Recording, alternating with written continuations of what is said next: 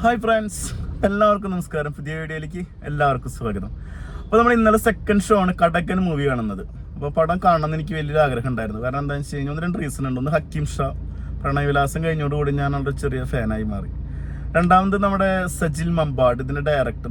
അവന് 23 വയസ്സുള്ളൂ. അവൻ സംവിധാനം ചെയ്ത പടമാണ്. അപ്പോൾ അതെന്തായാലും കാണണം എന്നുള്ളൊരു കാര്യം ഉണ്ടായത്. നമ്മൾ ഒരുപാട് പടങ്ങൾ കാണുന്നതാണ്, ഒരുപാട് നല്ല പടങ്ങൾ കാണാറുണ്ട്. എല്ലാ പടങ്ങളും നമ്മൾ കാണാൻ ശ്രമിക്കുന്ന ഒരാളാണ്. അപ്പോൾ ഈ പടം മിസ് ചെയ്യല്ലേന്ന് തോന്നി. കാരണം അശ്വന്ത് ഗോക്കിന്റെ റിവ്യൂ വന്നിരുന്നു. അപ്പോൾ ഞാൻ അത് കുറച്ച് നേരം കണ്ടപ്പോൾ തന്നെ നിർത്തി വെച്ചു. അവൻ പറയാൻ പോണ കാര്യങ്ങൾ എനിക്ക് മനസ്സിലായി. അപ്പോൾ നിർത്തി വെച്ചിട്ട് പടം കണ്ടിട്ട് നമുക്ക് തീരുമാനിക്കുകയെന്ന് വെച്ചു.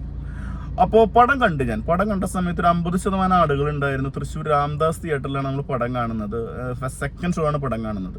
അപ്പോൾ പടം കാണുന്നതിന് മുമ്പ് തന്നെ ഞാൻ ഈ പടത്തിനെ കുറിച്ച് ഏകദേശം ഐഡിയ എനിക്ക് കിട്ടിയിരുന്നു. കാരണം നമ്മൾ ഈ മമ്പാട് ഭാഗത്ത്, അതുപോലെ തന്നെ ചാലിയാർ ഭാഗത്തൊക്കെ എനിക്ക് ഒരുപാട് ഫ്രണ്ട്സ് ഉണ്ട്. അപ്പോൾ അവരൊക്കെ എൻ്റെ അടുത്ത് പറഞ്ഞിരുന്നു, ഇത് നമ്മുടെ നാടിൻ്റെ ഒരു കഥയാണ്. ഓൻ നാട്ടുകാരൻ തന്നെയാണ്, മമ്പാടുകാരനാണ്.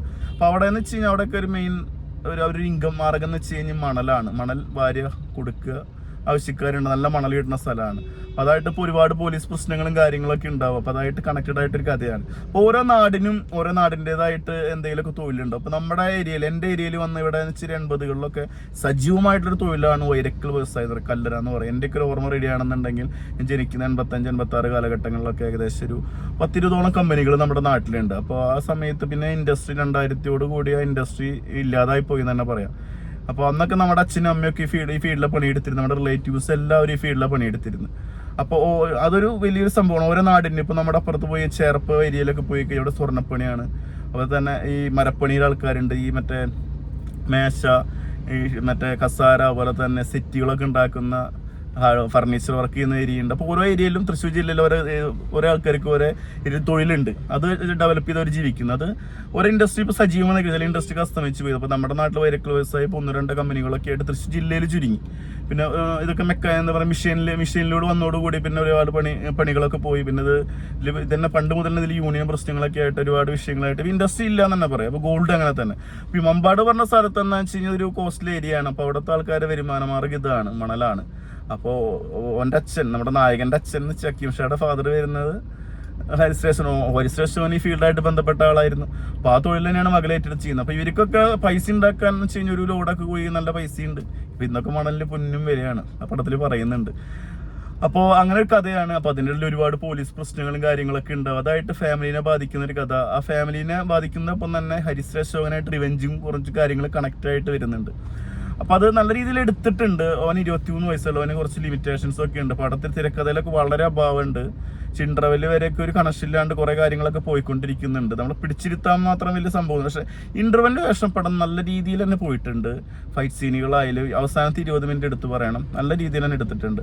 അപ്പോൾ ഓൻ്റെ നാട്ടിലൊരു ചരിത്രമാണ് പറഞ്ഞുള്ളത്. ഓൻ്റെ നാട്ടിലെ കഥയാണ് പറഞ്ഞുള്ളത്. അതായിട്ട് ഉള്ളൊരു സിനിമയാണിത്. ഇപ്പോൾ എല്ലാവർക്കും ഇഷ്ടപ്പെടണമെന്നൊന്നുമില്ല. പക്ഷേ വലിയ പ്രതീക്ഷകളൊന്നും ഇല്ലാതെ പോയി കഴിഞ്ഞാൽ നമുക്കൊരു 2 മണിക്കൂർ 10 മിനിറ്റ് എൻജോയ് ചെയ്യാൻ പറ്റിയ കുറച്ച് സാധനങ്ങളൊക്കെ അതിലുണ്ട്. കോമഡി എന്നൊന്നും ഞാൻ പറയുന്നില്ല. പക്ഷേ ഫ്രണ്ട്ഷിപ്പ് ആയാലും അതിൻ്റെ വാല്യൂ, പിന്നെ ഈ ഇൻഡസ്ട്രി, ഈ മണൽ മാഫിയായിട്ട് ബന്ധപ്പെട്ട് പോലീസായിട്ടുള്ള പ്രശ്നങ്ങൾ, അവരുടെ റിവെഞ്ച് കാര്യങ്ങളൊക്കെ ഉള്ളത്, പിന്നെ ഈ മണൽ മാഫിയയ്ക്ക് ഇത് പോണത് എസ്കോട്ട് പോണ കാര്യങ്ങളൊക്കെ ആയിട്ട് അതായിട്ട് ഡിപ്പെൻഡ് ജീവിക്കുന്ന കുറേ ആളുകളൊക്കെ ഈ മമ്പാട് എന്ന് പറഞ്ഞ സ്ഥലത്തുള്ള സംഭവങ്ങളാണ് അതൊക്കെ. അപ്പോൾ ഇപ്പോഴും ചില സ്ഥലത്തൊക്കെ അതിനുണ്ടെന്ന് തോന്നുന്നു എനിക്ക്. കാരണം ഇപ്പോൾ അടുത്ത കാലഘട്ടം ഇതാണല്ലോ. അപ്പോൾ അതായിട്ട് ഡെവലപ്പ് ചെയ്യുന്ന കഥയാണ്. പിന്നെ മോശമില്ലാത്ത പെർഫോമൻസുകളുണ്ട്. ഹരിശ്രേഷ്ഠൻ്റെ പെർഫോമൻസ് നല്ല രീതിയിൽ നന്നായിട്ട് എനിക്ക് തോന്നി. പിന്നെ എല്ലാ മേഖലയും ക്യാമറ കാര്യങ്ങളൊക്കെ ഈ പടത്തിന് വേണ്ട രീതിയിലൊക്കെ മോശമില്ലാത്ത രീതിയിൽ സെറ്റ് ചെയ്തിട്ടുണ്ട്. BGM ആയാലും പിന്നെ 1-2 ലൊക്കേഷൻസ് ഒക്കെ 2-3 ലൊക്കേഷൻസേ വരുന്നുള്ളൂ. പിന്നെ ആ രീതിയിലൊക്കെയാണ് പടം എടുത്തിട്ടുള്ളത്. ചാലിയാർ പുഴ, നിലമ്പൂരിന് ടൗണും കാര്യങ്ങളൊക്കെ ആയിട്ട് കുറച്ച് ഭാഗങ്ങൾ കാണിക്കുന്നുണ്ട്. ഒരു 1 ടൈം വാച്ചബിൾ നമുക്ക് തിയേറ്ററിൽ എക്സ്പീരിയൻസ് എടുക്കാൻ പറ്റുന്ന ഒരു മൂവിയാണ്. പിന്നെ ഹക്കീം ഷാ ഒരു നായകനായിട്ട് ചെയ്യുന്നൊരു ആദ്യത്തെ പടം എന്നാണ്. അതിൻ്റെതായ രീതിയിൽ ആള് കുഴപ്പമില്ലാത്ത രീതിയിൽ ഈ ഫിലിം ചെയ്തിട്ടുണ്ട്. ഭാവിയിൽ യുവതാരങ്ങളുടെ ഇടയിൽ വളർന്നു വരാൻ നല്ല കഴിവുള്ളൊരു നടനും കൂടിയാണ്. പിന്നെ ഫൈറ്റ് സീനുകൾ എടുത്തു പറയുന്നത് ഓരോ ഫൈറ്റിന് കുറെ കിൻഡിലിടികളാണ്.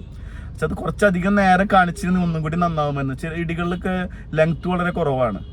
അപ്പോൾ അത് ഒരു ലിമിറ്റേഷനായിട്ട് തോന്നി. എന്നാലും എനിക്ക് മോശമില്ലാത്തൊരു എക്സ്പീരിയൻസ്, ഒരു ആവറേജ് എക്സ്പീരിയൻസ് എനിക്ക് തോന്നി. ഞാൻ ഈ ഒരു അത്രയൊന്നും പ്രതീക്ഷിച്ചിട്ടല്ല പോയത്. പക്ഷെ എനിക്കൊരു ചെറിയൊരു പ്രതീക്ഷയിൽ കുറേ കാര്യങ്ങളൊക്കെ ഈ പടത്തിൽ കിട്ടി.